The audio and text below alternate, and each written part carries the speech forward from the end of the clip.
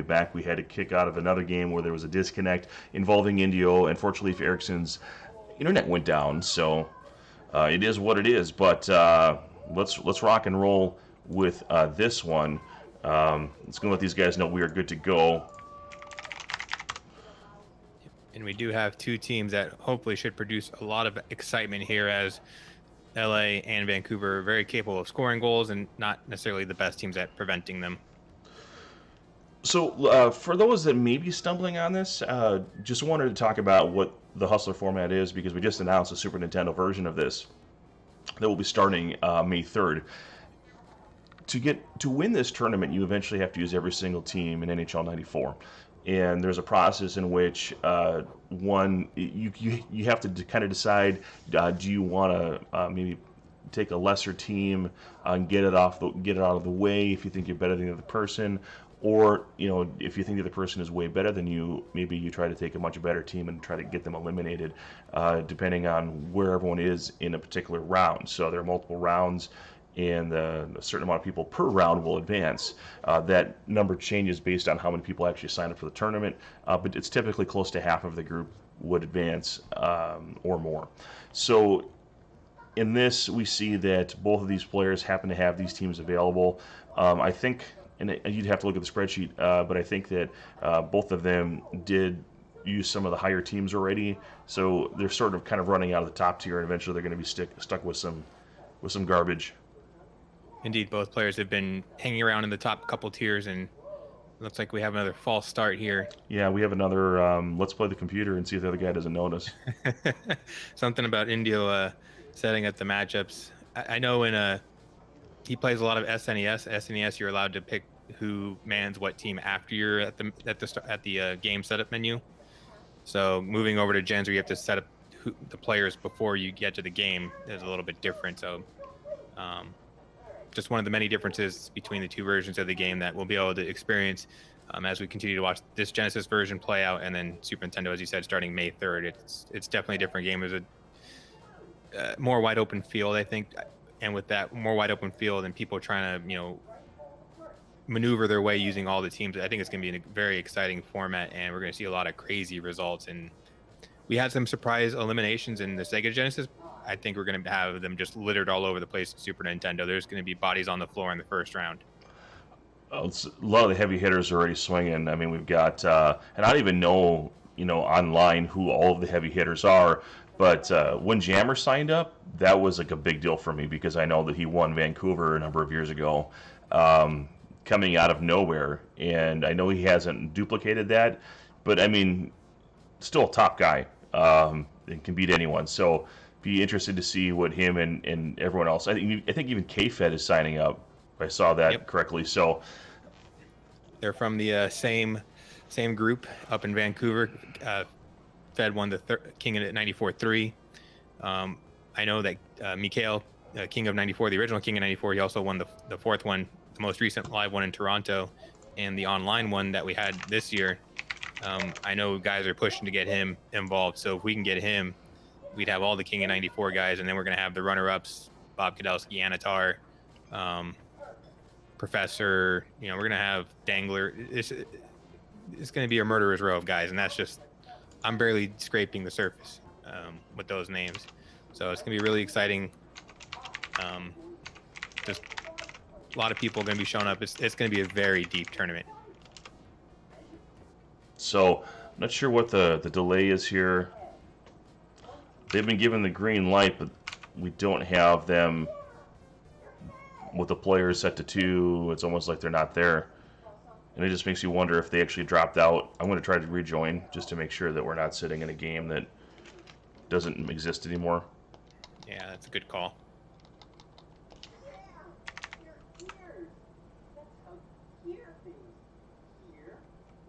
Disconnected, so I think that's a dead game. I think once that game clears and then Indio rehosts, we should be taking off. This is the fun of what happens when you do, here we are. Okay. And then there's Heinz, so I think we're... All right, this is looking better. Here. Yep. Nice job on there, getting everything coordinated and getting into the right game. Because I would have sat there for a while and just looked at that screen roll over and over. And that's why you are where you are, and I'm where I am. Okay, so we're professionals here. That's in quotations, always. Oh, I thought we have another disconnect. I was going to throw something. Oh my goodness. That won't aid the children to go to sleep. Yeah, I feel like stopping and restarting the stream just so I can get rid of all this crap. But I'm not going to do that to you guys. Hey, if your chat, say hey. So these teams, Lister, Lume, Courtnall, Ronning, and Bure. Well, there's the lineup. It's all set. So we didn't get to see what the Kings were doing. Blake to Carson. Jimmy Carson is a Super Nintendo stud. Not so much here. He's a, maybe a 6th or 7th guy at best, depending on what you're trying to do. Wayne Gretzky, Wade Bugger extraordinaire at center. You probably want to get him on the wing and get some shot power at center. Ideally, but we have seen Indio utilize the pass shots, and he just tried one right there, and now he's using Sandstrom on the off wing after Gretzky feeding him from the center. So far so good for Indio with Gretzky at center. There's a propensity for me to suggest something, and then it completely goes against what would appear to be an intelligent statement on my part. Carson is checked by Jeff Courtnall. Courtnall loses it. Rob Blake now the other way. Jyrki Lumme can't get on Blake, goes for the pass shot. Jeff Courtnall now the other way. And centering pass to Bure is stopped by Rudy, picked up now Sandstrom to Gretzky. And Kirk McLean is there. And open net, unable to drive it home, is Gretzky. And now Papa Bure the other way. Cliff Ronning can't handle it. And while he's got Marty McSorley getting a stick up. One-timer attempt to the great one. Puts another one on net. McLean is there looking like Belfour with that kind of shot power going off on him. Lidster feeds it off to Ronning, taken down by Rob Blake on the boards. And just lets it go. Slapper from Rob Blake unassisted. It's 2-0. Talk about a change of pace approach by Indio there.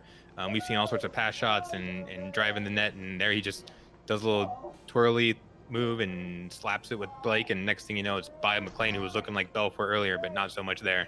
And beating Rudy just deciding to completely vacate the net there. It's 2-1. Yeah, Rudy looked 5'0" and 100 without any athletic talent right there, as Courtnall just deked him out of his skates. Blake going for another one. McLean is there. Bure on the wing to Courtnall. Ronning loses it, but picked up by Bure. Rudy looking to play another disappearing act, and Carson unable to handle it. Lume feeds it up. It looks like Bure has it, tries to put it on. Rudy was there, and it's 2-1 as we enter the second period. So this unique line construction by Indio has been looking pretty good so far. He's out shooting Vancouver as we take a look at the game stats here real quick. He's had some also other dangerous chances that just didn't quite materialize, with some one-timers, healing off the guy's stick or what have you. And then Vancouver, they've had fewer chances, but, with their speed against Rudy, they're never out of this game, really. Nice check by Jimmy Carson. Marty McSorley just lumbering up the ice like he's sinking in it. And McSorley misses the shot. Huge shot by Sandstorm there. It's turned away by McLean, and now the other way comes... Oh, we got a pass shot from Wayne Gretzky. It's 3-1. That was spicy. That was just an absolute rifle of a pass shot from Gretzky as he just slipped it by McLean's skate there. Was that a fiber? I think he found the space between the skate and the post. It was a tight squeeze, but, it's Gretzky for you. He'll find that space. Lume's pass up to Ronning as we have a 3-1 game in favor of LA. Blake blasting one, this time to the stick side of McLean. It's turned away. Lume intercepts it, gets it to Bure, who clears it all the way down the ice, touched up with a delayed penalty by Rudy. And Martin McSorley did get a stick up. Yeah, he's going to get a stick up. He's going to get his legs up over the boards there and sit 2 minutes thinking about that one, as he's going to feel much shame if Vancouver scores here. So Vancouver is local authorities are going to press charges or not. 3-1. Would not be the first time. There's that floater, 4-1. Now Gretzky with the second goal. It's unassisted. Yeah, different scoring tactic there by Indio, abandoning the pass shot and using the more generalized approach of just doing a float shot and exposing McLean there with that goal. And another backhand shot there to the stick side of the post. Stands for the second one, and it's looking like a boat race right now, 5-1 in favor of Indio. Yeah, this penalty kill has been an absolute killer so far. 2 goals in quick succession. And Indio, yeah, he's putting some distance here. Oh my goodness, almost another one. Just an absolute onslaught of shots and chances.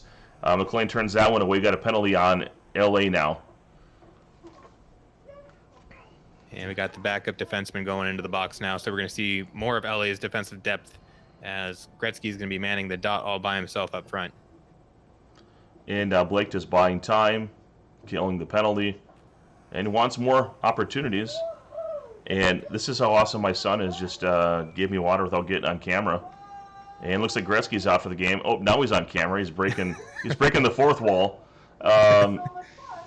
Those of you that know Carter, I know you do. You know him. Has participated in every single 94 tournament that I've run for our annual stuff. So great to he doesn't do too bad considering he plays like once a year.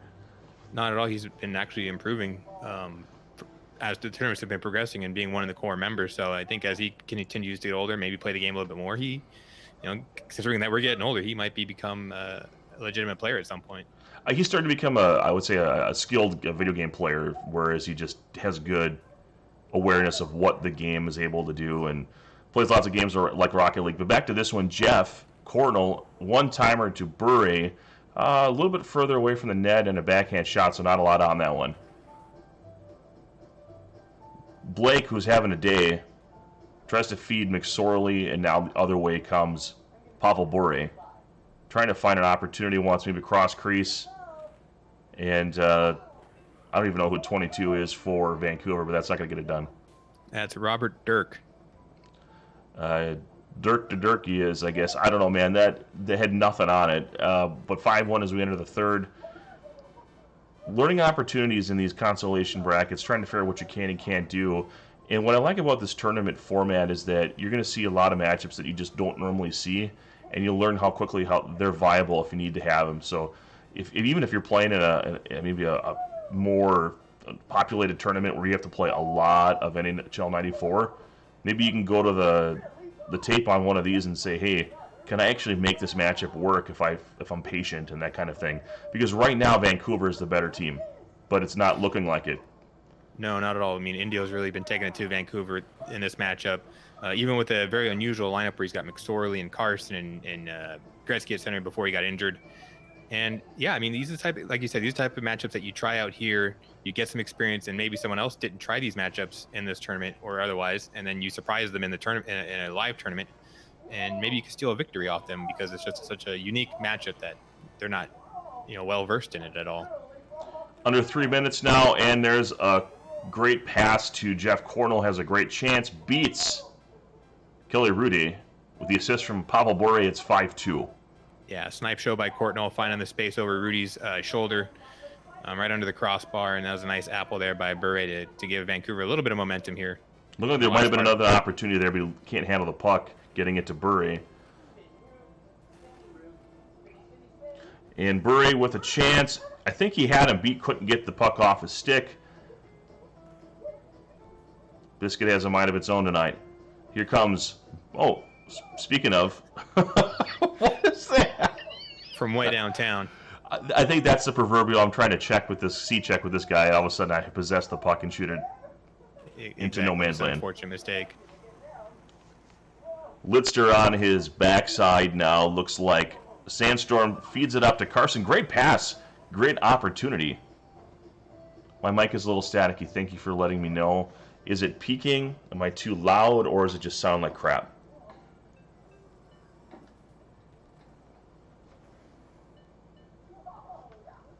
Well, wait on chaos is that we are in the last minute here. 3-goal game. Heinz57 needing a lot here to. Oh, and let's let another one go. So this game is in the books now. It's just a matter of can he stop the bleeding? Yeah, unfortunate break there. I mean, Hines was pressuring there most of the third period, and he's only coming away with 1 goal, 4, and that's a tough one to give up. Just a basic slap shot from the slot. So my guess here, Cass, is I was probably peaking the. Oh boy, there's another late goal. 2 seconds remaining. So Indio getting everything he wants out of this particular matchup here with Heinz.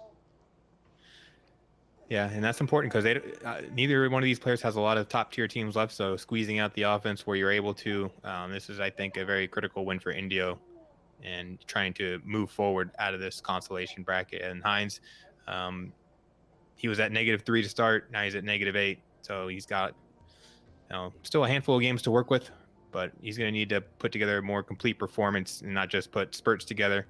But this is the perfect type of tourney to do it in. You're playing in the consolation round against guys a little bit closer to your level, so I think he'll be able to build some confidence moving forward and see some improved results from him. All right, guys, we're going to try to get you another game in just a little bit. Angry J93 and Trojan signing out, and hopefully the mic will sound better on the next stream. Thanks, guys.